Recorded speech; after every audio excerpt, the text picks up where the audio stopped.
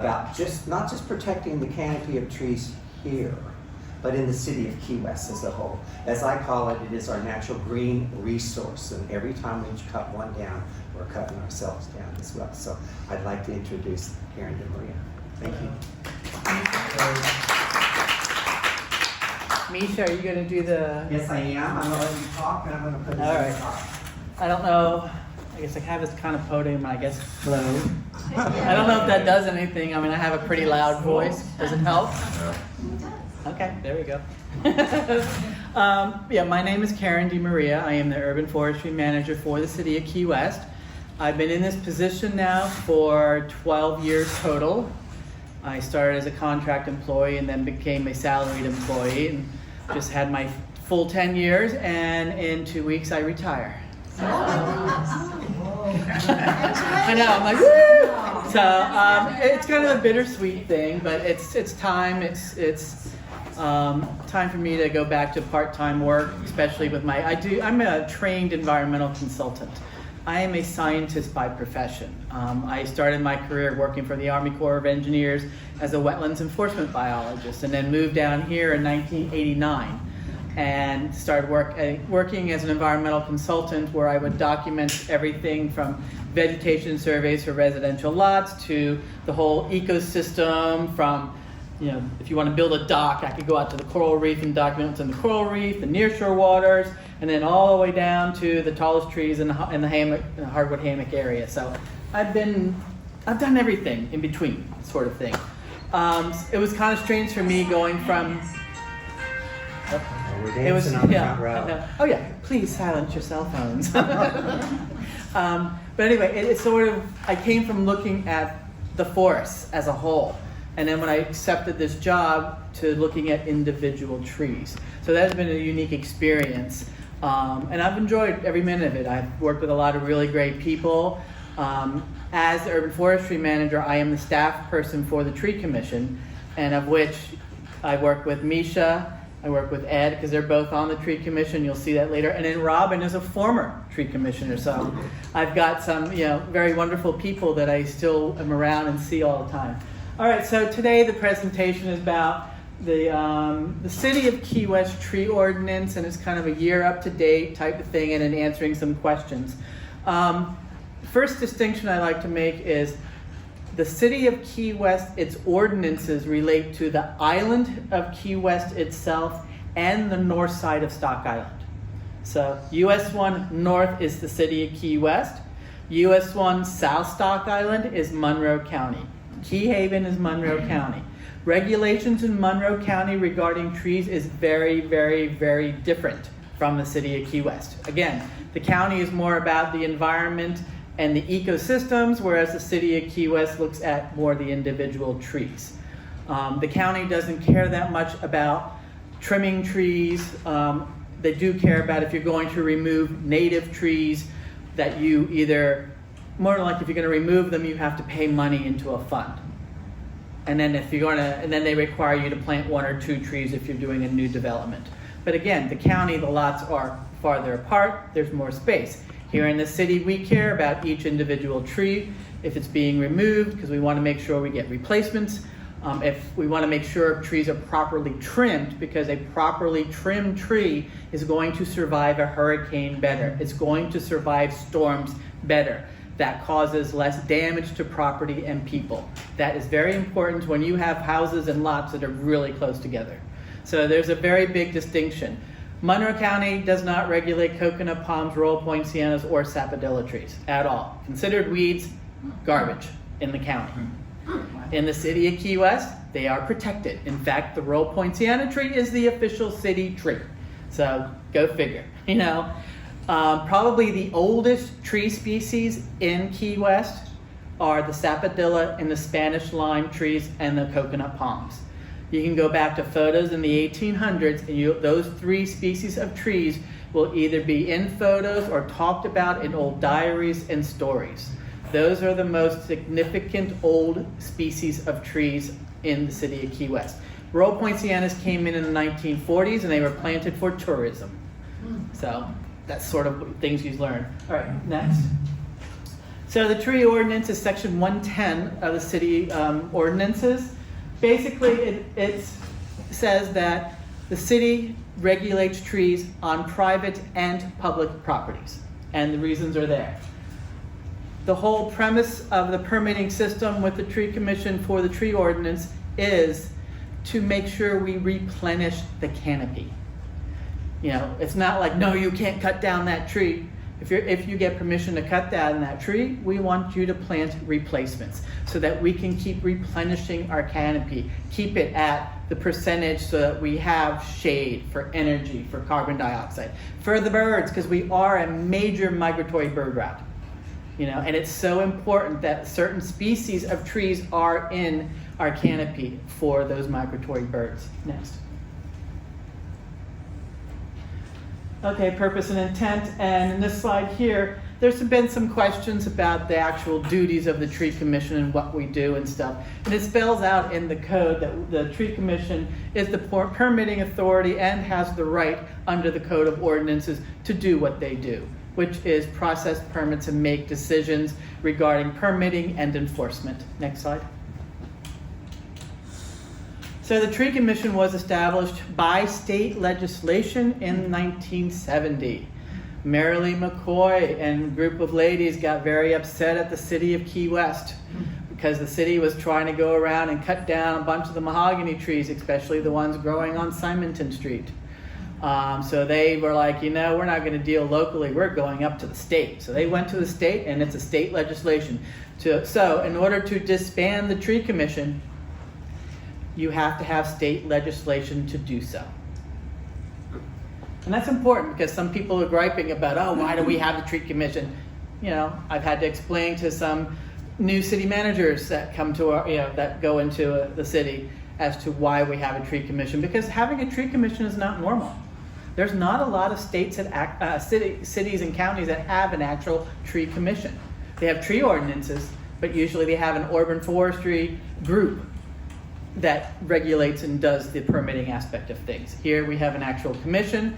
The commission members are up there. You recognize a couple of the names already. These represent people in the community, you know. So basically, reasonable people who are looking at the whole situation as to why a tree should be cut down. Next slide. All right, permits are required. We have a protected tree list. We have a not protected tree list. If a tree is on the protected tree list, you need a permit to remove it, to transplant it, or to trim it. Okay, it's a heavily trimming. With palms, if you have a double or a triple trunk palm, if you want to remove one trunk, that's considered trimming, heavy trimming. Stay. If a tree species is not on either list, then if it's a tree, it's regulated if it's over 4 inches diameter. That's a dicot canopy tree. Or if it's a palm tree, greater than 10 feet tall from ground to heart. Okay, next slide. Some of the species that fall into this aspect are like for trees. Frangipani is not on either list. Sandbox tree, not on either list. We have a lot of them around town. So if they're over 4 inches diameter, you need a permit to remove them, heavily trim them, transplant them. Yellow tababua is another one. Okay. What is on the protected tree list are your native trees and palms. Coconut palms are protected. Royal Poinciana is protected. On your not protected tree list are your standard invasive tree species or overly done ornamentals, like areca palms and fishtail palms are on the not protected tree list. Certain species like woman's tongue, pink tababua, orchid tree are on the not protected tree list with an asterisk. That means if they're over 24 inches diameter, then you need a permit to remove them. That's because that's a pretty significant tree. And to remove that from the canopy is a big void. So usually what happens through the permit process is a person wants to remove a big woman's tongue tree, they'll have to plant one tree as a replacement. So at least you get something in return. Ficus trees. There are 2 native species of ficus trees, strangler fig and the, Shortleaf fig. thank you, zoned out for a minute there. Citrifolia and aurea. Those are the native, and they are very important for migratory birds. They're also probably strangler fig is one of the most nuisance tree species for a lot of people. But it's important that we have them in our tree canopy. There are lots of species of non-native ficus trees. Ficus benjamina, I think there's somebody at the door. Ficus benjamina is that tree, that kind of ficus tree that you normally see braided in hardware stores up north, and people have them in their houses and pots. And then they move down here and they plant them in their yards, you know. And I see it all over the place. I'm like, no, dude, they have a small leaf. But Ficus benjamina has a very shallow, horrible root system. In a storm, they are one of the first things to go over. We do not regulate that tree at all. Other large ficus trees, again, if they're over 24 inches diameter, then a permit is required to remove them, transplant them. I'm not going to transplant a 24-inch diameter tree, but just to say that, or heavily trim it. There's a common Cuban laurel ficus tree that is in the city a lot. Again, only regulated if over 24 inches diameter. It has a leaf that's not as big as a strangler and a short leaf, and not as small as benjamina. Palm species. Day palms, Alexander palms, Christmas palms, only regulated if over 10 feet tall, and that's ground to heart, where the fronds come out. Right, next. So permitting procedures, you submit an application. If it is a dicot tree removal, that has to go to the tree commission. So I take that application, I go out to your property, and I measure the tree. I take lots of pictures of the trees. I look at the application and I see, what do you have written down as to why you want to remove the tree? And I try to look for those indications. Termites, has cracks, decay, it's in the way of construction. You know, those are all comments I see. So I take pictures of the area, I take pictures of the tree so that I can write up a report. What determines what you have to replant is the diameter of the tree times the value of the tree. Okay? Value is the condition, the species, and the location. Added together, divided by 3, gives you an overall value of the tree. Okay, gumbo limbo tree. That is species 100%. Because it's on the protected tree list. If it was a woman's tongue tree, it'd be 0 for species because it's on the not protected tree list. A tree that's not on a species not on either list, like a yellow tababua, would be 50% value for species. Location. Is it located in the front yard? Is it located in the backyard? Is it easily visible? Is it underneath the electrical wires? Is it over the sewer lines, the water lines? Is it up against the house? You know, is the root system impacting a driveway or something else? Those are all things I look at for location. You know, and that value again usually is from like 100 to 0. Okay.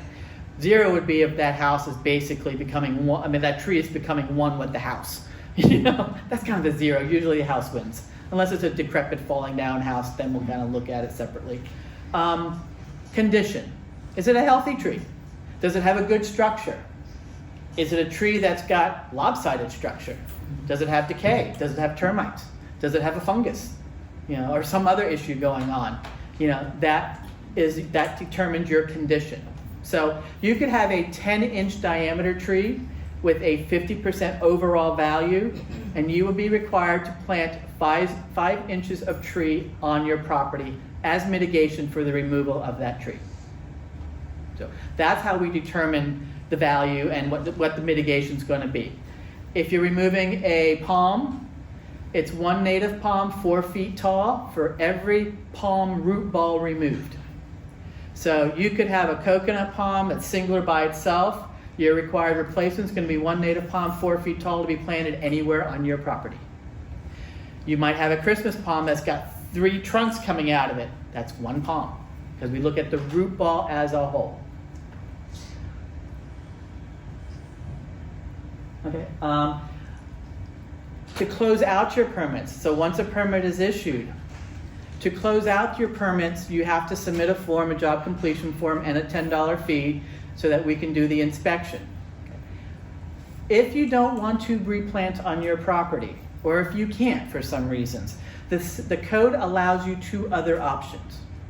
We always want to see planting first. Second option is you can purchase trees for a nonprofit organization, including any school or church, and they would plant the trees on their property, and once that is done and I do an inspection, we can close out the permit. But that means you have to contact that organization, ask them what they would like. Don't just buy trees, show up on the organization step and say, here! No, and I've had people do that. That's why I bring that up. But you contact that organization and say, hey, I have an open tree permit, is there any trees that you would like? And a lot of them, organizations like the Botanical Garden and the Garden Club, and even the city, we have lists. And we'll say, yeah, this is our list. If you're interested, let me know. And then you can go to the nurseries, you have that, purchase the trees, you have them delivered to the location that the nonprofit wants you to, and then we go through the process of closing out the permit. If you don't want to do either one of those, you can pay a fee into the tree fund. It's $200 per inch or $250 per palm as your mitigation requirement.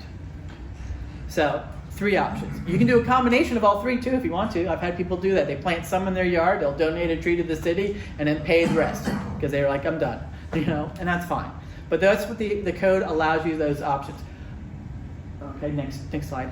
The money that goes into the tree fund is money that the city uses to purchase trees on city right-of-ways. So the city doesn't have a budget where they put money from the general funds or anything like that. All the money that is used to buy trees to plant on city property, that includes streets, right-of-ways, parks, comes from the city tree fund, which is the mitigation money from people closing out permits or fines if it's an enforcement case. All right, so who gets what? If you submit an application, staff approval process, which means I do it, the urban forester, all palm tree removals and transplants are handled in the office. All transplants of trees. All tree trimming applications are handled by staff. And emergency tree removal permits are handled by staff. If you have a tree that broke in the storm and you're like, I need to cut down the rest of this tree, it's not safe. You contact the arborist, you contact me, we'll do an emergency permit review. I usually go out, take pictures, take a measurement, then I go back to the office. All emergency permits have to be signed by the city manager. Luckily, the city management, basically, if I put an application in front of them with the photos, are like, oh my goodness, and they sign right off. They trust me, to give them, I'm not going to send something up to them that I don't think is valid, So, emergency permits, for every 24 inches of tree removed, you have to replant 1 tree. So normally most people end up having to plant 1 tree to remove this tree that was damaged or broke or whatever happened to it that caused the emergency. An emergency is an imminent safety issue. That is what determines what an emergency is. Imminent safety issue. Okay? Go ahead, next. Tree commission. So what does the tree commission itself do? I handle most of the permitting. Tree commission has to review all dicot tree removals. So all tree removals go through the tree commission. I do not have the authority to do that as per code. Also, the tree commission reviews all enforcement cases. When I go out and someone's removed a tree without a permit, or someone has caused tree abuse on a tree, that becomes an enforcement case. It goes to the tree commission for review, and we try to settle it in the tree commission realm. If we can't settle it in the tree commission realm, then it goes to this code enforcement special magistrate. But usually we try to work with people, get the resolution that's favorable overall for everybody. And also the tree commission reviews landscape plans for development projects. So whenever you see some big housing project or redevelopment of a shopping center area and stuff, those landscaping plans get reviewed by the tree commission, primarily to make sure that there's not going to be significant impacts to existing trees or palms, and to make sure that the species that they are planting is appropriate. So, go ahead. Tree abuse. This is part of the enforcement process.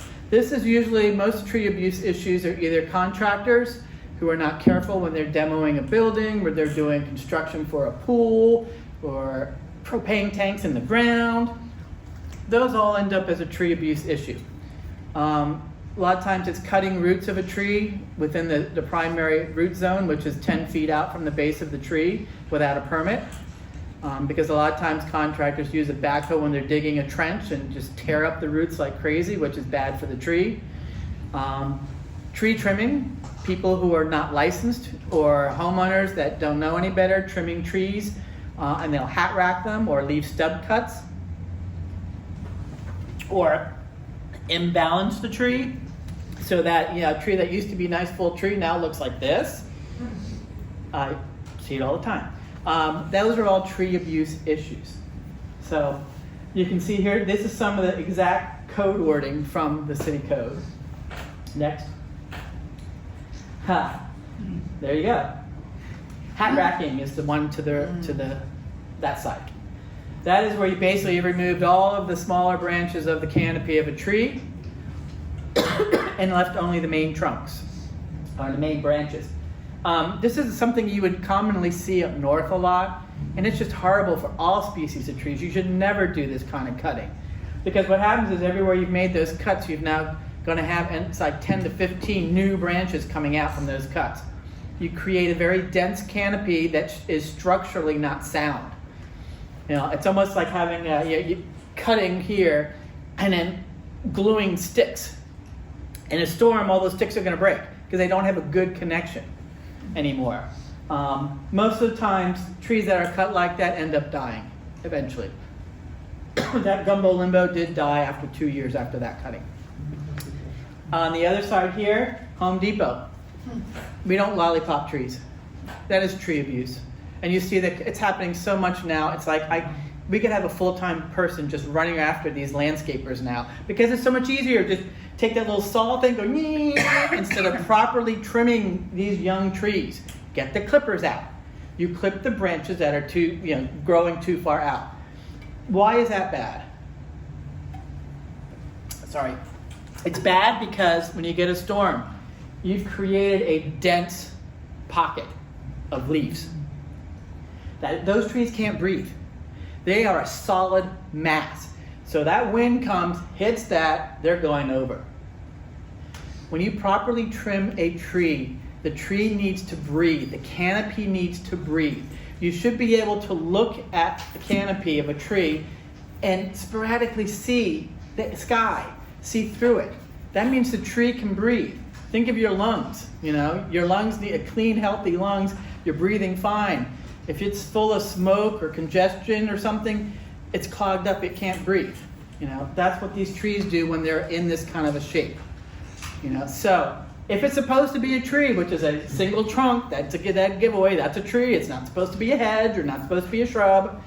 Single trunk, that's supposed to be a tree. You trim it with clippers, not the magical hedge wand.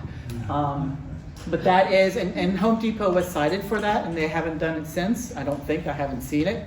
But I do try to chase down and educate the landscapers that are doing this. I have been, in the past couple of years, when new landscapers, which are your yard maintenance people, come into the city for a license. Basically everybody has a right to get a license. They just have to meet certain parameters. But I've been working with the licensing department, and we have the people come into my office to do a quick training session before they get their license.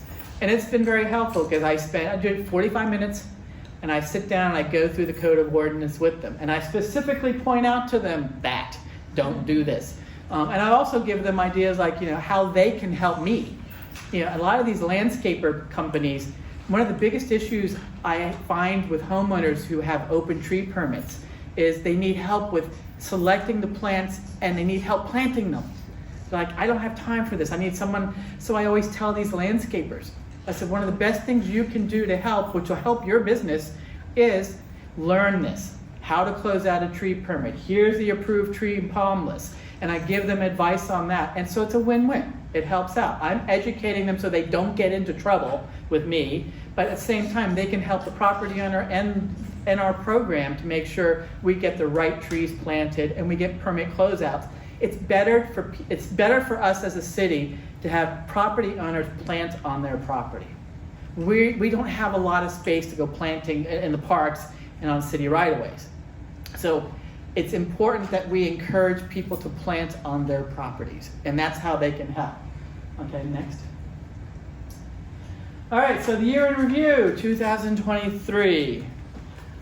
We processed 392 applications through my office, of which 87 of those went to the Tree Commission for review.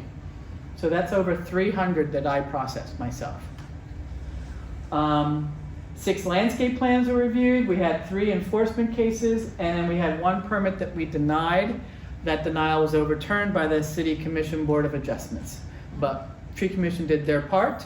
It went through the process, and that's how it is. You know, sometimes you positive outcomes and sometimes not, but it did go through the proper process.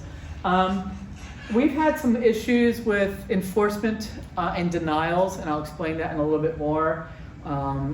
Next slide. All right, so of those 392 applications, we lost 100 canopy trees, 39 sub-canopy trees, 4 fruit, 304 palms, and then we had the transplants and the trimming. So that breaks down the numbers there for you. Then permits closed, 338 permits were closed. That's where I've done inspections where people have paid money. So we had 45 new canopy trees planted, but we had a lot of sub-canopy trees planted. And that's because most people can put sub-canopy trees in their yard, because sub-canopy trees usually only take up like a 5-foot wide area. Even as they get big, they don't get super tall, maybe 20 feet at the most, but their root system's not huge. So you end up, especially people who are putting in pools. Everybody's got to have a pool. I don't. Everybody's got to have a pool. But anyway, so we have a lot more sub-canopy, and that's a trend I've been seeing since I started doing this with the what are the species, and that's something that Robin, when she was a tree commissioner, encouraged. She was asking, she was like, well, what's being removed and what's being planted? So during that process, this is when we started noticing a lot more sub-canopy trees versus the canopy. Back about, I think it was 2017, 2018, the city of Key West passed an ordinance that increased the mitigation values for certain canopy trees. So if you, to close out your permit, plant a mahogany, gumbo limbo, strangler fig, shortleaf fig, Spanish lime or sapodilla tree, or Jamaica dogwood, that is a 4-to-1 value. So a 2-inch diameter, 2-inch caliper gumbo limbo tree planted equals 8 inches of mitigation. This way we're giving people their mitigation value of that tree growing, you know. That has helped. That ordinance has actually helped. I've seen the numbers rise of more canopy trees planted since we've changed the ordinance to encourage that. Also, if you look at we have an approved tree list, which I mentioned before. There's all state-listed endangered species trees are a 2-to-1 value. You know, so lignum vitae planted at 1-inch lignum vitae equals 2 inches of mitigation. Some species like myrtle of the river, red stopper, Simpson stopper, you tend to see them more as bushy trees. You know, they have multiple trunks. So you can easily, because I only count the 3 biggest trunks on those multiple ones, you can sometimes get almost 3 inches on a pot, like a 45-gallon myrtle of the river. A lot of times I'll see it's 3 inches times 2. That's a 6-inch credit right there for a homeowner. So there are ways we try to encourage. A lot of canopy trees I've noticed, a lot of them people want to donate to the city. Again, the city only has so much space, you know, that we can do, but we try to, like, if I know I'm missing some trees and I need some trees, I try not to buy them. I try to wait for people to say, hey, can I donate? And people I have a list of people who have told me that's what they want to do, and I try to work with them. So continues the breakdown. Native palms, the approved palm list. The native palms pretty much are roll palm, sable palm, buccaneer palm, Florida thatch palm, key thatch palm, and the Cocothrynex silver thatch palm, and coconut palm. Those are the palms that are on the approved palm list. Most of the palms that we get planted are the thatch palms because they are truly natives to the Keys. They do well in sun, they do well in shade, slow grower, low maintenance, one of my favorite palms. I have one I grew from a seedling. It's now 30 years old and it's 10 feet tall. So they're just wonderful palms. Okay, next. As I said on top there, trees must be properly trimmed to ensure the health of the tree and the safety of people and property. Again, people a lot of times will trim trees, especially this is a property line issue a lot of times. You as a property owner have the legal right to trim anything overhanging your property line. As long as it doesn't kill the tree, require a permit from a municipality, or end up as an enforcement case because you did it improperly or in a way that was, you've changed the shape of the tree. And that's where people get in trouble because they'll see, again, here's this big tree growing right close to the property line. The neighbor's gone down and cut everything down the property line, so now the tree looks like that. That is tree abuse and you will get cited. Stub cuts. You know, you get a branch, if you cut it right here, that's a stub cut. That's not the proper way for trimming trees. You need to cut it where there's another branch coming out, you know, at close to the joint. Not right at the joint, but just go, you know, you find the joint, go out an inch, then cut. And remember, if you're doing trimming like that, always go underneath first and then go to the top. Why? Because if you go straight to the top, that branch is going to go like that, and then the bark is going to tear all the way down. Tree abuse. It was on there. So I always tell people, and this is standard cutting procedures, is you always do a little cut here first and then go down for the top. Ideally, you should cut down here, get the weight off, then come back and do the final cut. That's kind of the proper way of doing that. And you can see here, palm trimming. That middle picture, that is tree abuse on a palm tree for improper trimming. City code does state proper trimming of all species of palms is 9:3. Nothing alive above the horizontal plane is to be cut. Anything hanging down this way, yes. But if you want to listen to the scientists, they'll tell you don't remove any green fronds. A full-headed coconut palm is healthier and survives storms better than any palm that's being trimmed to like 10-2 or those stupid hurricane cuts. That is the worst thing you can do to a palm, especially a coconut palm, because you're starving the palm. The palm trees get all their nutrients and their growth and their food from their fronds. So the longer those fronds stay green and on that tree, it's a healthier palm. You ever look at some of these palms, especially coconut palms, and they're growing, the trunks are like that, and then they start getting skinny and skinny and skinny? That means that palm was improperly trimmed where it's gotten skinny. And that, again, based on science.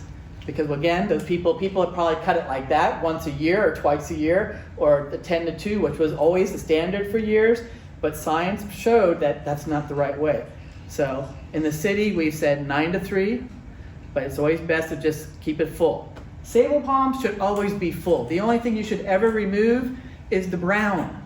You know, the skirt underneath, the beard underneath. Remove all the brown. Remove the seed pods when they come out too. That's fine, but a healthy sable palm is full.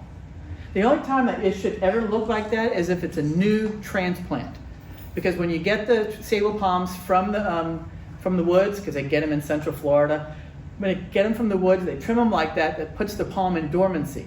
And that palm will sit on a truck before it gets taken to the nurseries. So that's standard of how they'll do transplants. When the city does a transplant, we'll trim it up not so bad like that if we take a palm, sable palm to transplant, but we'll get it closer to like a 10-2 just to help to kind of like stop it. Like when you go to surgery. If you want to have surgery, you stop eating for a day or the night, same type of thing. You don't want to have all, so it helps to give that tree, it's like, okay, it stops and knows something's going on. Then once you plant it and give it extra water, leave it alone, then it goes back like, oh, I can start living again. I can start doing my thing again. One of the things that people don't realize is that if you have a property and a tree and you live next to a sidewalk or a street, if your tree is hanging over the sidewalk or the street, it is your responsibility to keep it maintained according to the regulations, which is 8 foot of clearance over the sidewalk. That is ADA compliance regulations. 14 feet over the roadway and the right-of-way parking area. 14 feet. Okay. Sometimes people have they have a big tree in their front yard, and they'll trim their side of the tree. And then they'll call me and say, okay, city needs to trim their side of the tree, which is the street. I'm like, no, that's your tree. Where that tree comes out of the ground, that is the owner of that tree or palm. and that is the person responsible for that tree or palm. So that is what the section of code states. And I get that all the time. I'll go out there and I'll say, and we get people who call in. We have a City of Key West has a system called Key West Connect. If you see an issue, like a cracked sidewalk or garbage on, pile of garbage on the street, or the tree that's hanging over, instead of calling around trying to find the right person, all you got to do is download this app, go to that app, and fill out a complaint and say, hey, 123 Duval, there's garbage piled up on the sidewalk. And then you just hit send, and it automatically goes to the person who needs to know. Okay. A lot of complaints that we get are overhanging branches on the sidewalk. City needs to go out and trim it. No, we'll look at it and go, private property. We send it to code. Code enforcement will go and knock on the door and tell the property owner, you need to trim the vegetation. And usually they will. They're like, oh, thank you for letting us know. It gets done, gets taken care of. The only time the city will go out and clear and cut a private property tree or shrubs or whatever is if it impedes stop sign, traffic lights, something that is a safety issue. So there are times where you'll see the city doing that, and that is because it's a safety issue. And either I or the superintendent of community services have made that determination. But generally, we will send the complaint to code and have them follow up to the property owner. Okay. Next.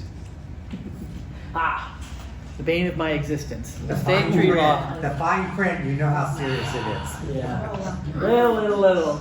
And anything that's here, if you want any more information or a copy of something, all you have to do is take my card. I will email it to you. This is all public information, so I can give you anything that you asked that's been presented here. The state tree law, originally passed in 2019, I think it was. Original law basically stated that a property owner could have a tree cut down without going to a municipality to get a permit if a certified arborist or licensed landscaper, a state licensed landscaper, documented that the tree was a hazard, period. Big open book, okay? Fine. 2021, it got abbreviated and updated because they realized how bad it was written. And we, as a city, have opposed this regulation, this law from the very beginning when we heard about it. It was created by one gentleman who got pissed off at a municipality because they would not let him cut down this big oak tree so he could build his 3-car garage. And the other person who pushed this through was up in the Panhandle, who had a constituent who was denied being able to build his convenience store because there was a huge historic oak tree in the way. But again, that's how politics work. So nowadays, the most updated law states that a property owner who owns a single family residence can have a tree cut down if they get a document from an ISA certified arborist or state licensed landscaper who documents that the tree is of moderate or high risk for failure and there are no options available to alleviate that issue. So it's made it being so big, just a little bit smaller. Fortunately for the city, for the most part, the arborists who routinely work in the city don't like this law either. The city, again, I talked about the emergency permits. The way this law is written now would be covered under our emergency permit procedure. So they're generally, if you are an ethical arborist working in the city of Key West, there's no reason to use this law. Unless I happen to be out of town and I can't get the paperwork done. But even under emergency procedures, I do verbal approvals. I will sometimes go out there and say, yeah, you need to do this now. Like I did at St. Paul's, Duval Street and Eaton Street, the big Royal Poinciana tree. Large section of that tree came down at 3 o'clock in the morning on the sidewalk, and it's heavy. And I happened to get the notification, so the first thing the next morning, I was out there when the crews were cleaning up. I contacted the church, and I was like, you need to immediately cut this whole section of tree off, because what was left was that much wood holding up a huge amount of weight. I said, and you need to tape off this area, no pedestrians. And they got a hold of an arborist who immediately went and did it, and then we processed an emergency permit for that tree removal because it's not safe. But at least we took care of the immediate issue with that. And that was done verbally until I could get all the paperwork done. So that law technically is not something that should be used a lot. Yes, we do have at least one, maybe another company that is abusing this law and has been since the very beginning. They go around and take down perfectly healthy trees, stating that they're a hazard. And it takes the will of legal and management and the people to do anything about it. The city has not done much about them, but it's there. And again, it just takes people above me to push more. I'd love to do more, but I'm one person and I can't do it all. And sometimes you need people help, like people yelling and saying, this needs to be done, why isn't it done? So anyway, it's a horrible law, because what's so bad about it is you are getting trees removed for no reason some places because people don't like them. We've had trees denied from the tree commission. 2 months later, they're gone. The tree commission denied that permit for a reason. Those trees were fine, but an unethical arborist came behind and said, they got paid a good amount of money to cut the tree down. So it's hard for the tree commission to say denial, on permits because of that. That is a threat that's overhanging, and people don't realize a lot of times. So if we can get something out of it, which is more trees planted, that's good. If you go through this process, there are no trees planted. So you have a net loss of trees in your canopy instead of going through the permit process. Now, granted, there are other municipalities in the state that are hardcore obnoxious and are not reasonable. And that's why this law is in existence in a lot of ways, of why it's been twisted and why people are like, oh. But here, it is always, my predecessor and I and the people I work with have always tried to be reasonable. And that's a key thing. There's sometimes you want to put a pool in the backyard, there's trees in the way. Well, maybe if you shifted the pool over, maybe if you reconfigured it, you can have both. Why do you have to cut down that big, beautiful tree just to have a pool? But that's common. So that is something we deal with. That's it's hard to deal with, but we do. Next slide. So I'm positive. Yay! The city of Key West has been a member of Tree USA for 12 years. 10 of those have been consecutive. So yay! The 2 of those were under my predecessor. She started it. When I first started, I had no clue what this was. And I'm like, what is this? And then realized how the benefits. So we are part of Tree USA. The benefits are it allows us to get grant funding for different projects and different things. The city has gotten 2 grants in the past where we've mapped out all of the city trees on city right-of-ways and city parks. So we do have database full of all this information regarding species, locations, conditions. Just haven't been able to do much with it yet because again, that takes time and people, but we have that information. The goal is to be able to do more with it. Keys Energy, when they do the tree giveaways, they use a grant to buy those trees. I don't know, I think it might be through the Arbor Day group because they give out money all the time for municipalities and electrical companies to buy trees to give out to the community. So, it has a lot of benefits. Plus, it also helps the city overall with other projects, knowing that we can put that on there, that we care about the trees. And we do the city does spend a lot of money. No, they don't put money into a budget to buy trees, but they spend a lot of money with the crews on maintenance of the trees. Even though we need to do more, there's a lot that they do. You got Truman Park, you got Mallory Square, we've got, I want to say it's 16, 17 pocket parks all throughout the city. You've got 174 coconut palms on North Roosevelt and almost 300 coconut palms at Truman Park and another over 200 at South Roosevelt that have to be trimmed all the time. That's a lot of work that the crews have to do. Plus whatever I end up issuing as permits for trimming or on our trees or removal of our trees. Plus they have to plant everything I buy. So we do spend a lot of money without doing this other stuff, and even with stuff that we still need to do. Our crews are limited, and that's part of the issue, is keeping a crew that we can keep working. Our whole community services staff is so understaffed. And that's a hard. And I think that's with the county, that's with any of the municipalities in the city, and that's because of the cost of living. That's hard. Go ahead. Heritage Tree Program. Yay, positive. This is a program that was created several years ago to recognize special trees in the city. From January to usually June, July, August, we accept applications for heritage trees. Anybody can nominate a tree to be a heritage tree, but it doesn't go through the final process unless the owner of the tree allows it to. Now, heritage trees can be a champion tree, like we have the state listed champion trees. I try to stick them on there as I get going on things. It can be a tree that's been planted in memory of somebody.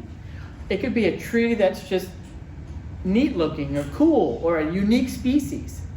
There's no specific requirements. It's just a tree that people think is special and should be acknowledged and remembered. It doesn't really give it any special, like, no, you can't touch that tree in the future, but it does kind of give pause. So like if we have a tree that's listed as a heritage tree now, and 5 years from now somebody wants to come in and cut it down, well, you ain't going to get a permit to cut that down very easily because it is a heritage tree. But the main reason to have this program is to create a map and to create recognition for these trees that are important and valued. Right now I'm in the process of getting a map created so that people can have a map with numbers and go visit the sites. Ideally, it would be nice to have a wayfinder program. So you have like a plaque number on the property, and you can go up and you just hit the little button or do the screen thing. I don't know how they do that with all the historical markers, and you can read about that tree. But that's why so we kind of started this program. I think there's right now 12 trees that are listed. Last year we didn't really have any applications, but it was kind of an off year for everything for us. But I'm encouraging, if you know something.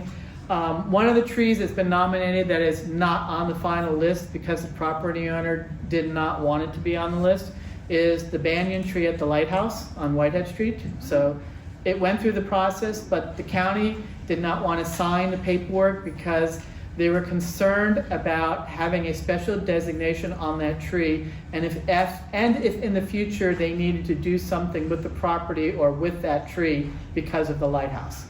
There's some grants and historical stuff that goes on. They didn't want to have it tied up, which is fine. So I kind of have it stuck over on the side as an honorable mention thing, because they have a valid point as to why not. There's sapodilla trees at the corner of Elizabeth and Southard Street. As you're going up Southard, it'll be the southwest corner. That's Fran Decker's property. She's got 3 huge sapodilla trees. That area right there, up to Elizabeth and up more closer to Simonton, that used to be the historic sapodilla grove. Back in the 1800s, that's where there's huge sapodilla trees that were there planted, and that was the sapodilla groves. There is a mango grove area that's over off of Virginia Street by the old Firehouse Museum. That area right there was the old mango grove. And I remember I saw an old map, and I have not been able to find it since or who had it. And it had these marks locations like mango, sapodilla.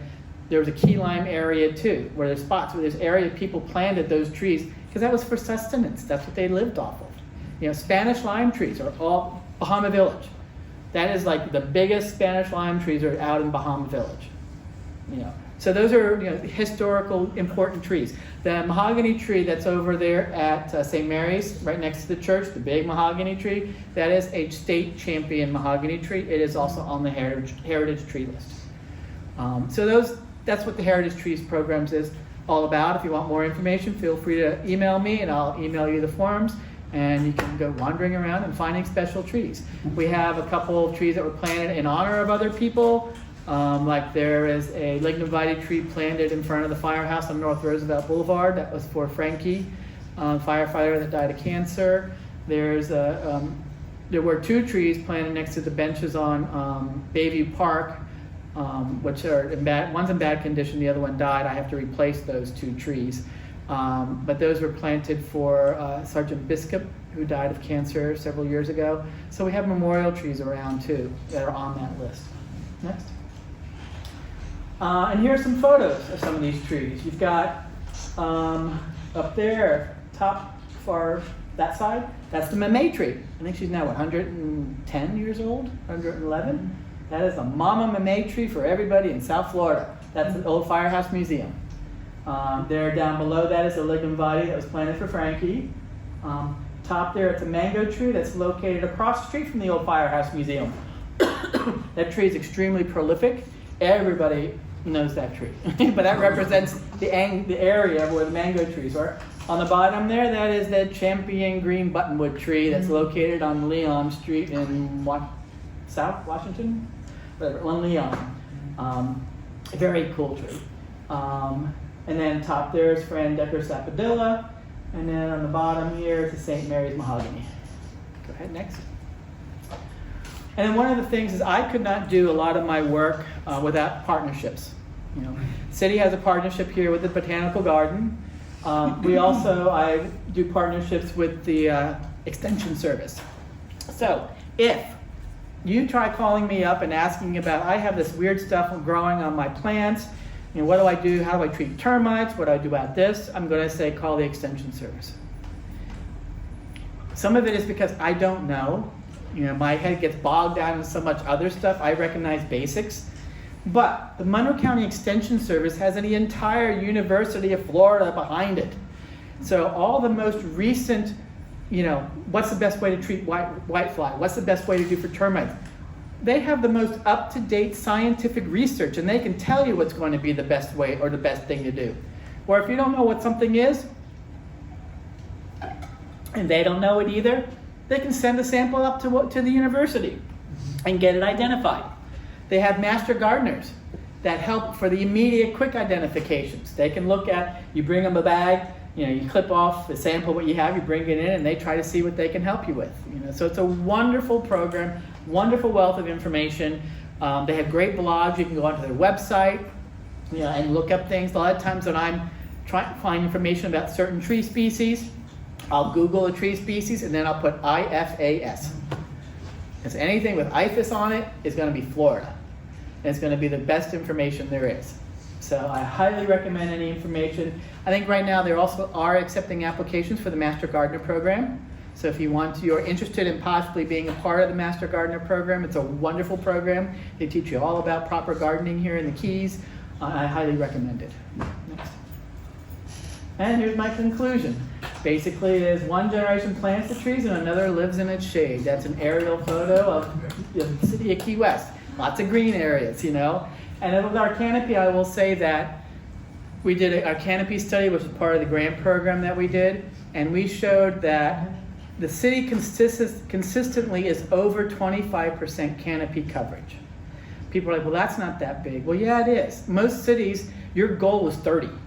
You know, you get 30, you're doing great. You know, it's like, yeah.